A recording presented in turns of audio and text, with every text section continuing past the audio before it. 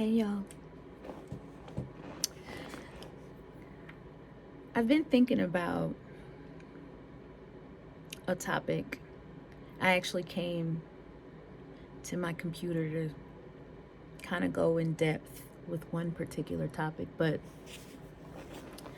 I've been having some dreams for several weeks. I'm a dreamer. Usually, God shows me things in my sleep.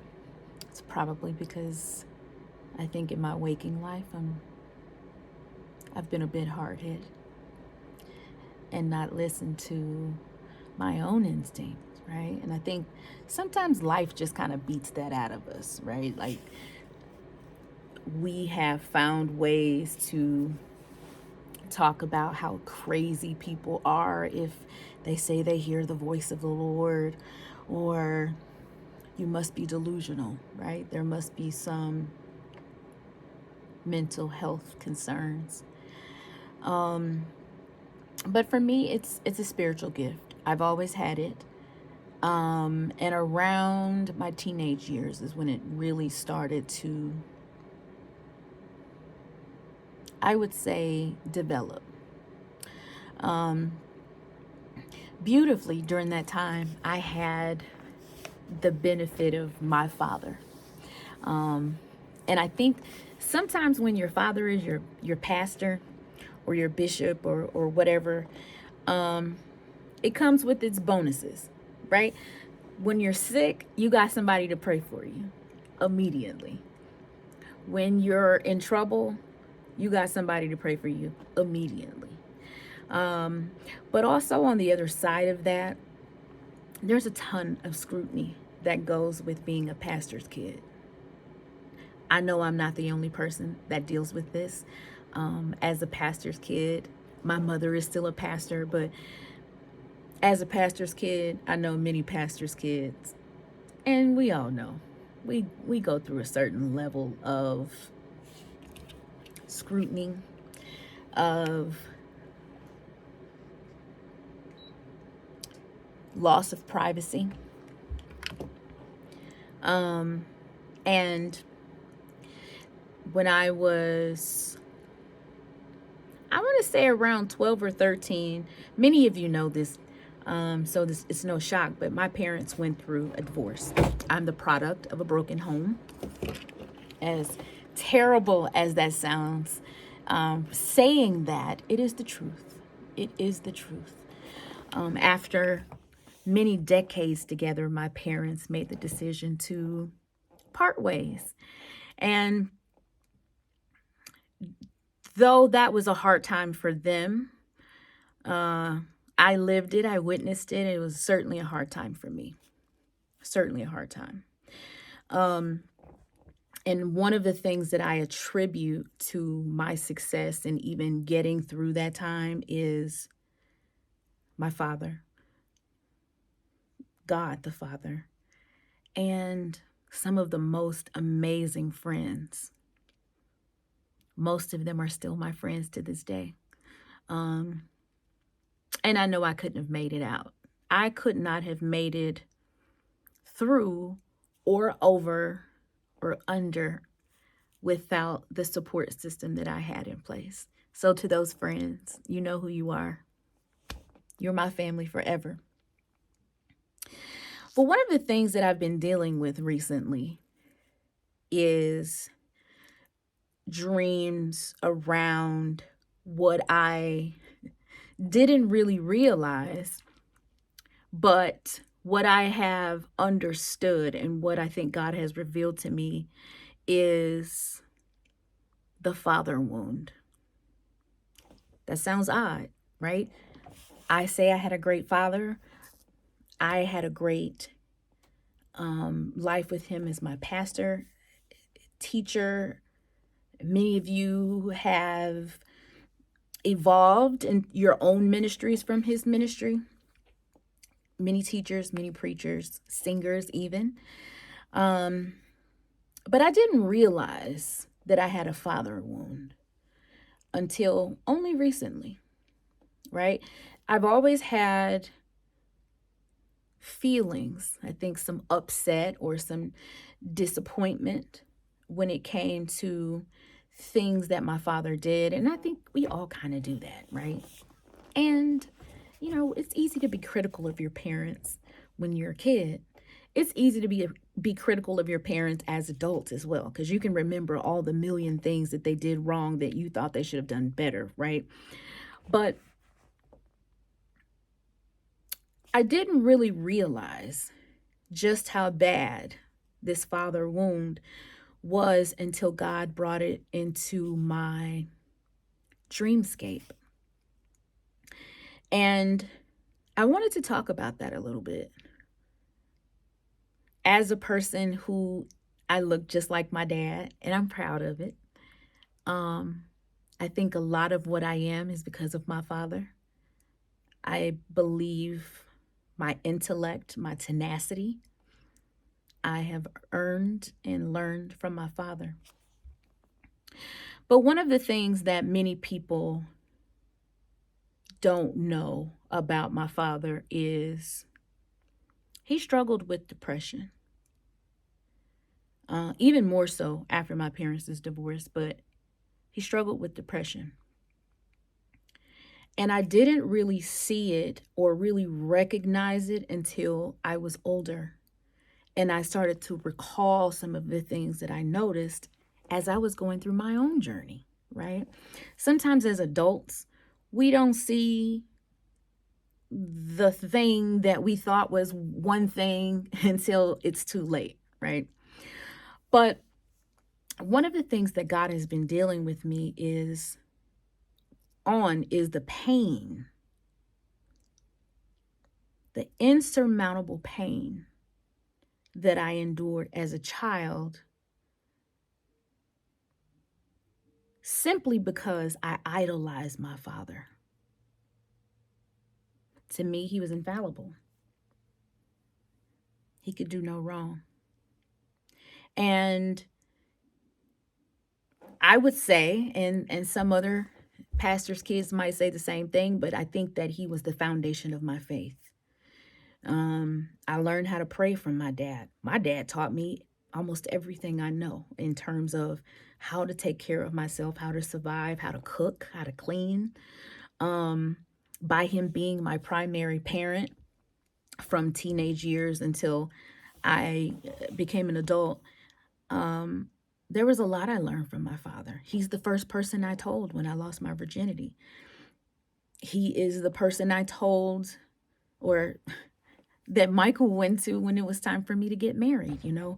He just meant everything to me. There is nothing that I wouldn't have done for my father. During his last days on this earth, he was fighting an illness that I wasn't aware of.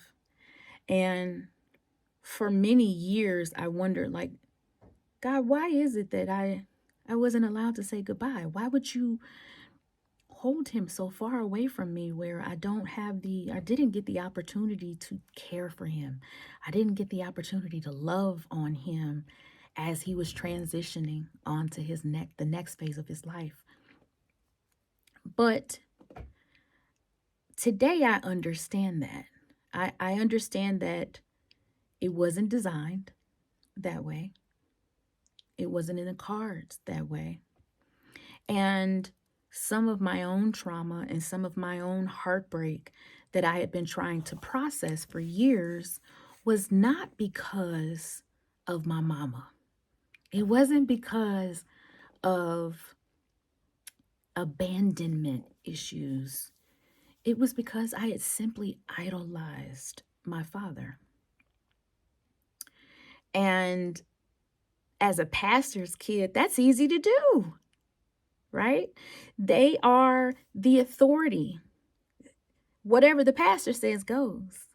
Whatever pastor says is law.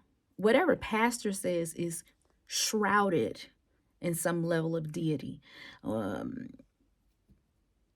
It's very common for people to worship the pastor. And now, as an adult who has had to develop my own relationship with God and how I see God and how I honor and reverence what I was taught, what I'm learning every day, but also my spirit team, which is my ancestors, the angels that protect us and fight for us every day. But I have had to step away from the idolatry of my father and into my own relationship.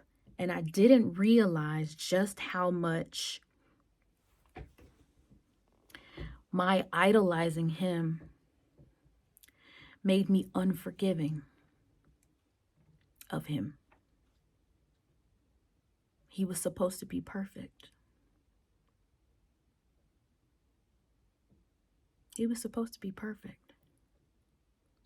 And only today did I realize that the dreams that I had been seeing for months almost were getting me to a point that I needed to face the reality that he was not perfect. Now, duh, I know he wasn't perfect. I know he wasn't perfect. But I didn't realize that though he wasn't perfect, and I saw he wasn't perfect, in my mind, he was still godlike, right?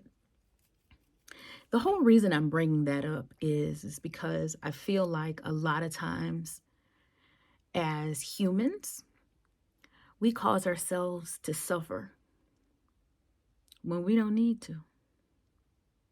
Suffering is not necessary in most cases.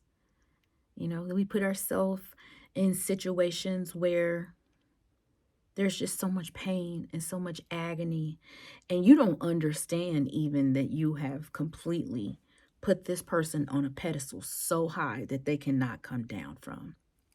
You don't even see it. It just kind of is what it is, right?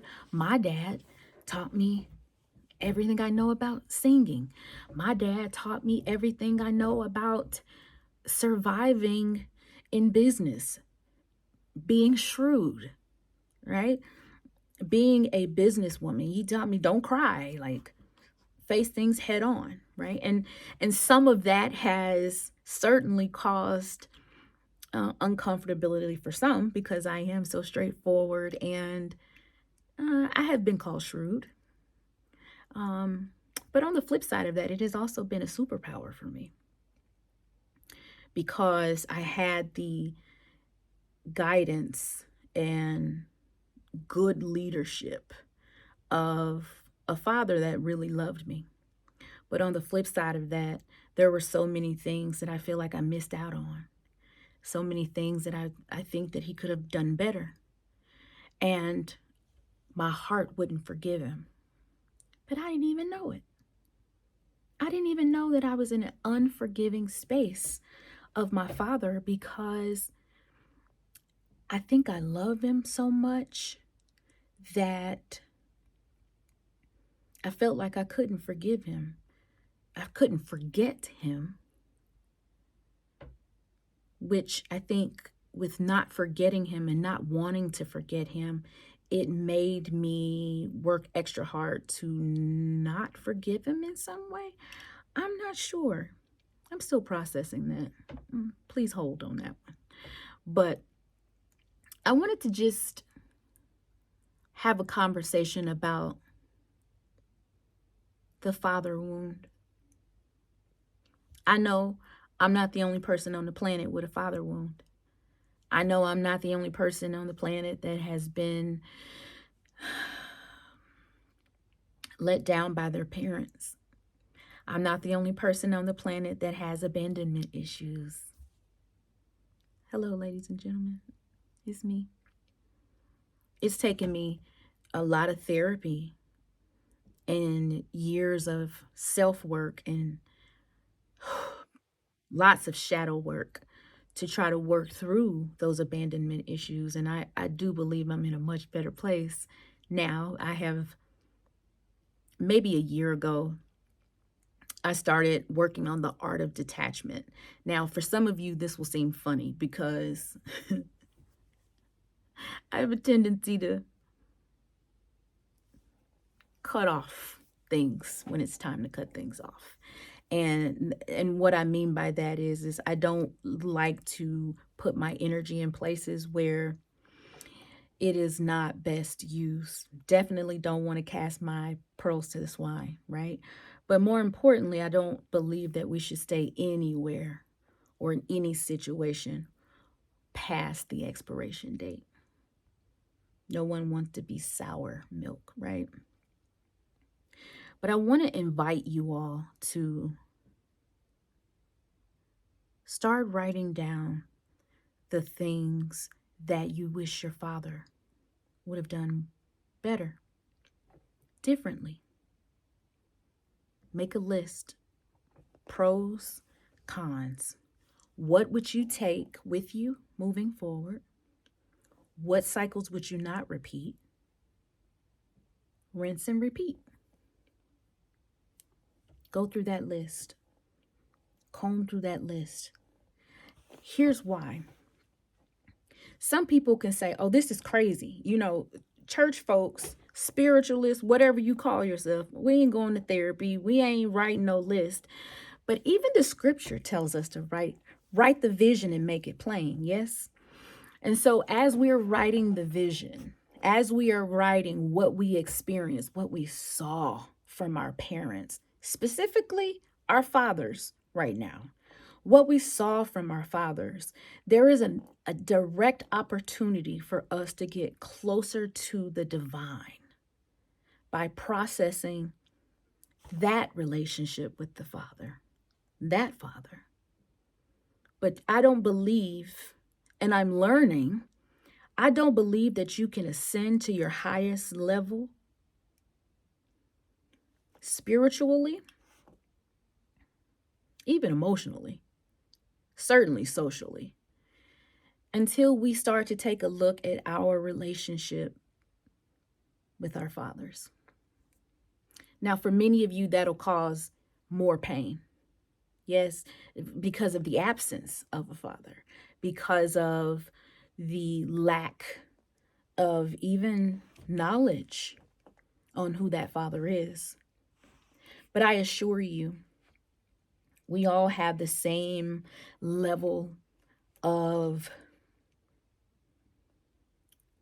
importance when it comes to who we are and what we are in our Father's eyes, what we may have been. To me, I wanted to make my father proud in every way. And I think that's common.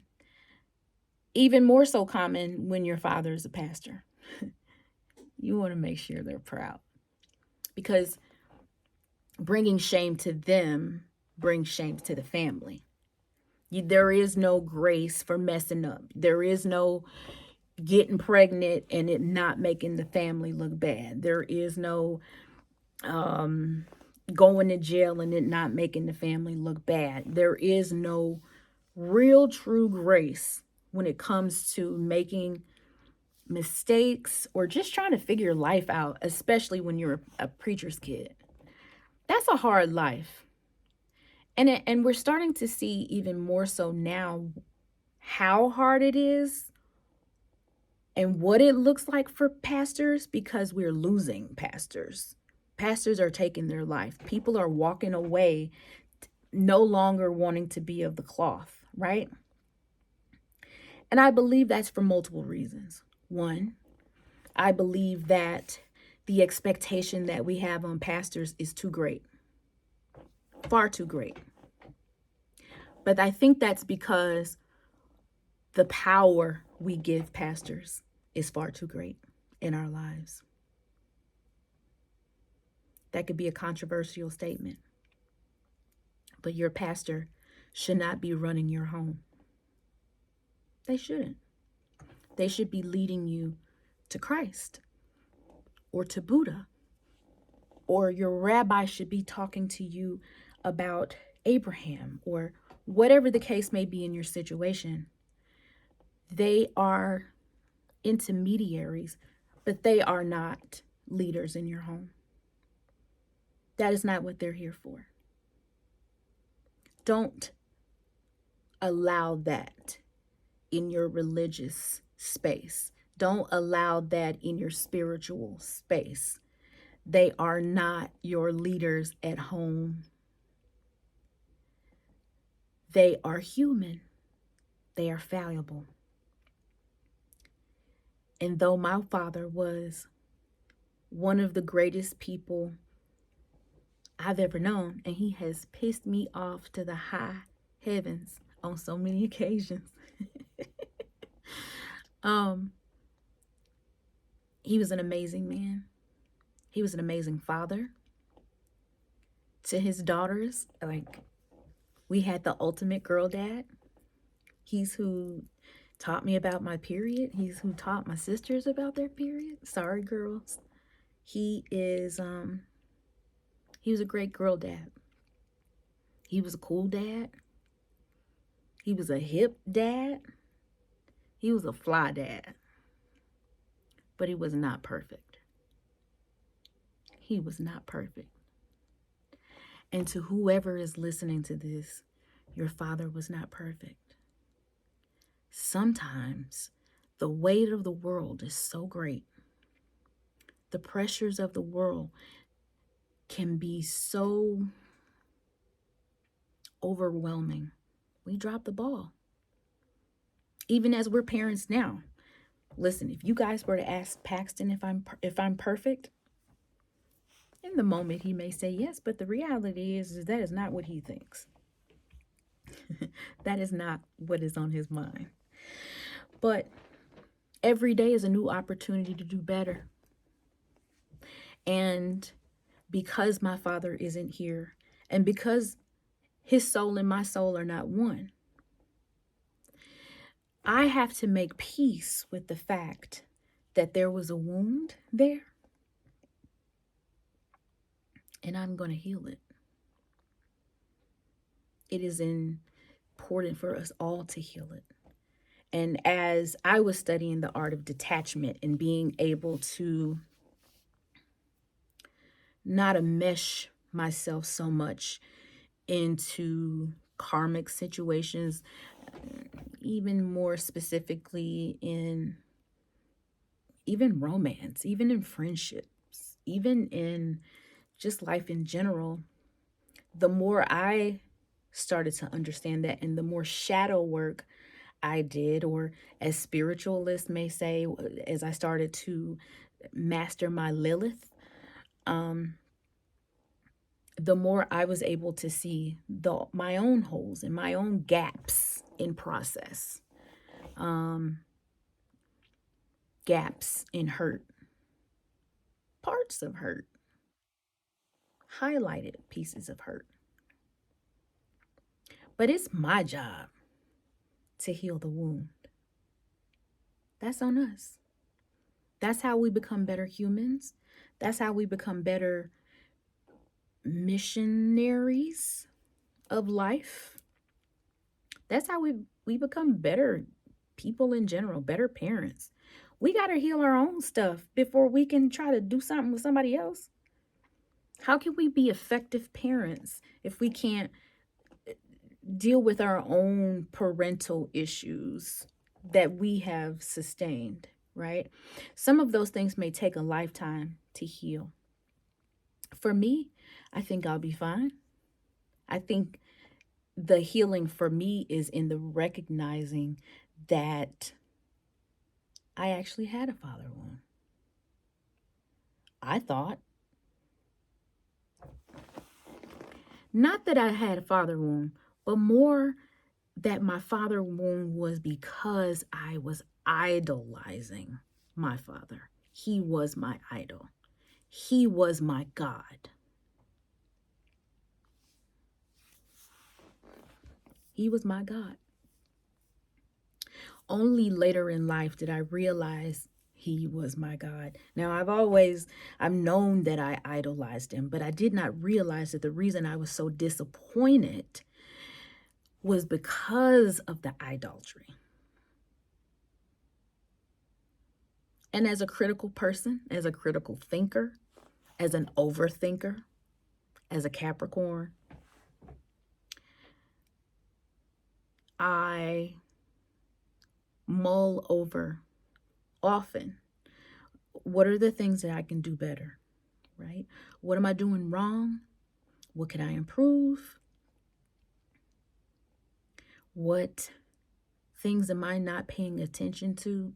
So on and so forth. And I'll double back. I can honestly say that some of the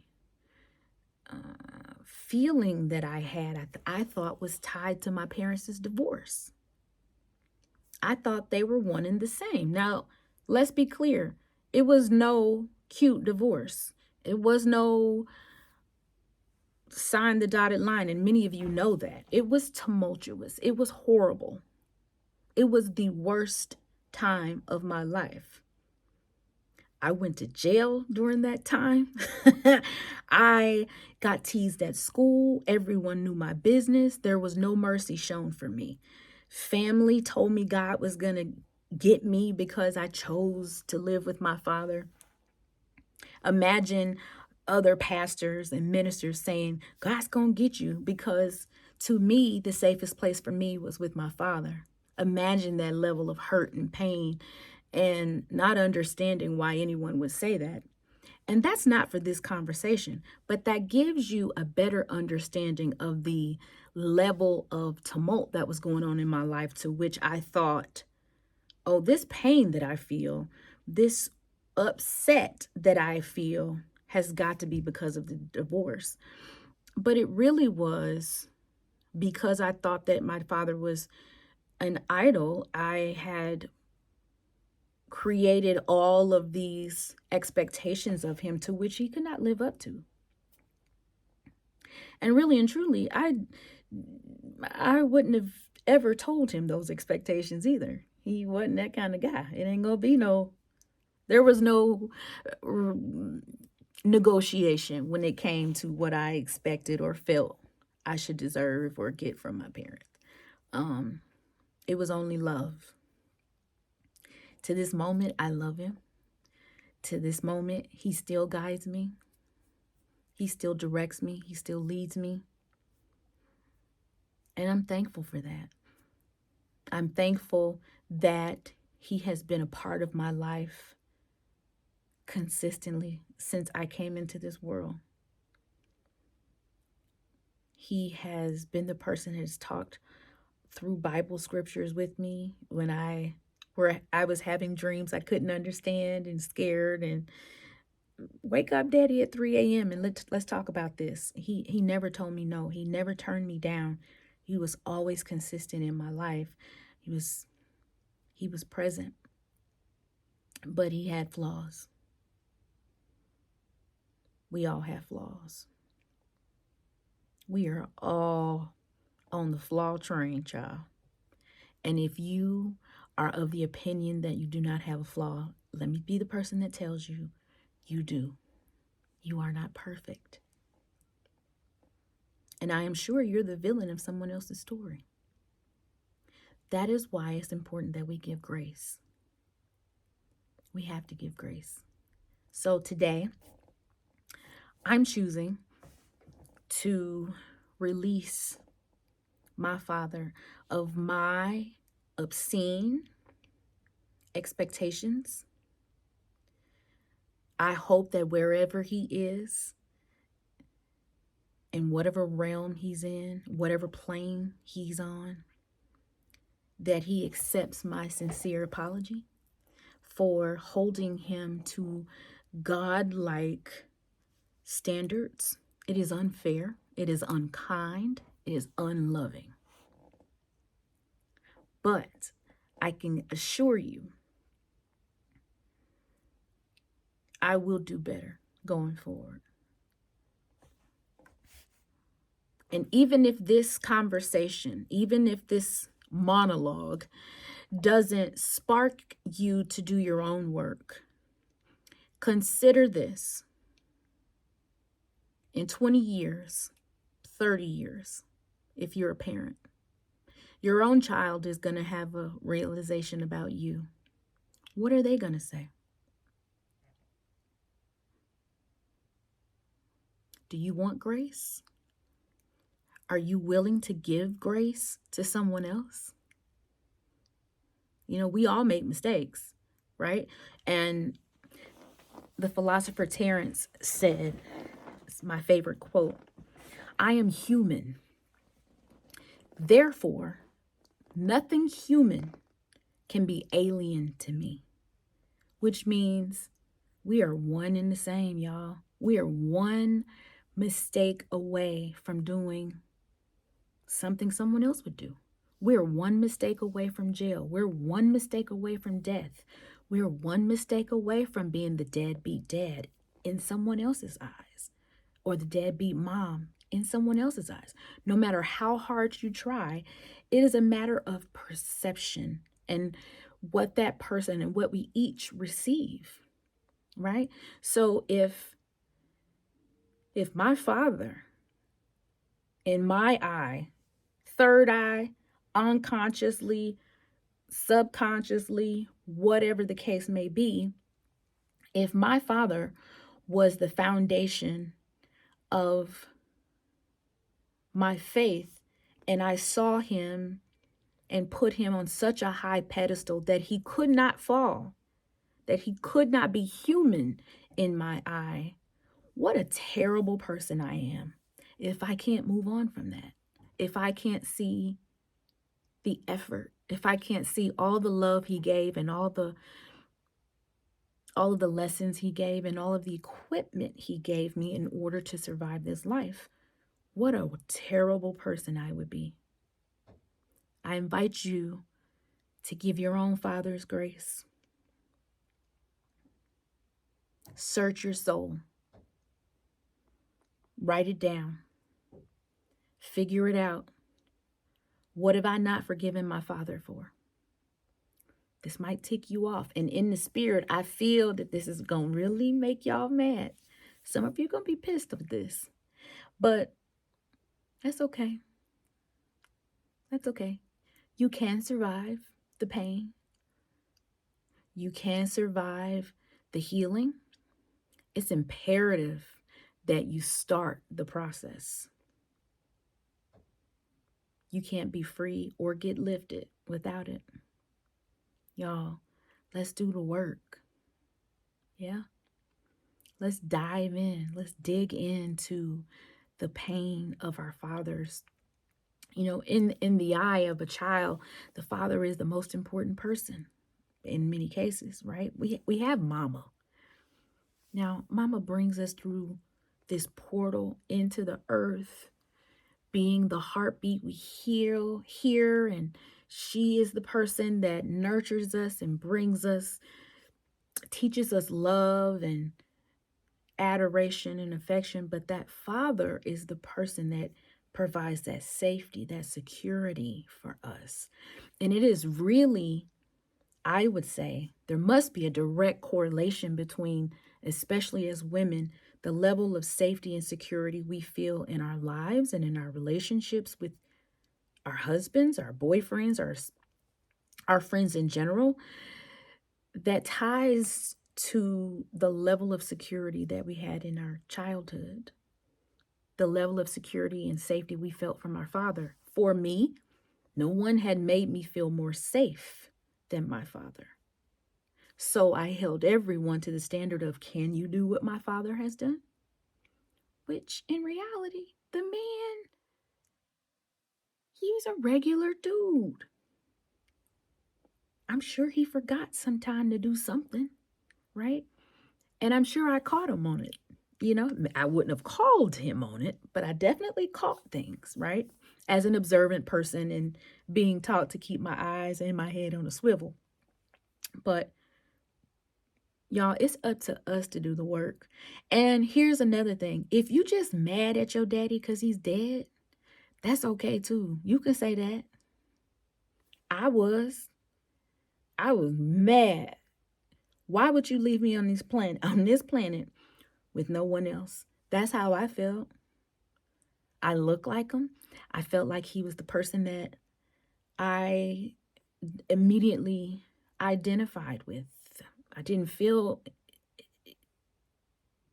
I felt out of place everywhere else until I understood that that is a natural process. Death really is a way to be reborn, right? For me, my father's death brought me closer to the divine. It brought me closer to who I was. When my father died, I felt like I had freedom to finally be myself, to finally explore who is Brandy? What does Brandy want? And that journey hasn't stopped. It's still going. It's still changing. And next year, you'll probably see a different Brandy. But that's evolution. That's motion. That's the circle of life. We are called, it is imperative that we stay on the cycle of life. Keep living, y'all. Don't die. Don't let that wound eat you up. Don't let that wound kill you. So, as you're making your list, pros and cons of what your father did, his leadership, his guidance, his absence, his mental health, his inabilities, his physical health. As you're making these lists, go through there and figure out, all right, what can I forgive him for? If he's alive, y'all, this Father's Day, make it important to say, Daddy, I release you of this.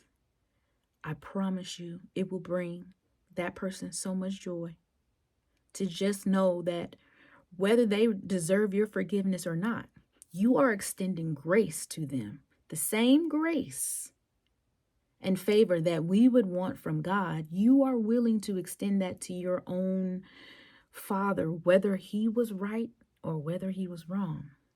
But it is imperative, y'all. We got to clean our own stuff up.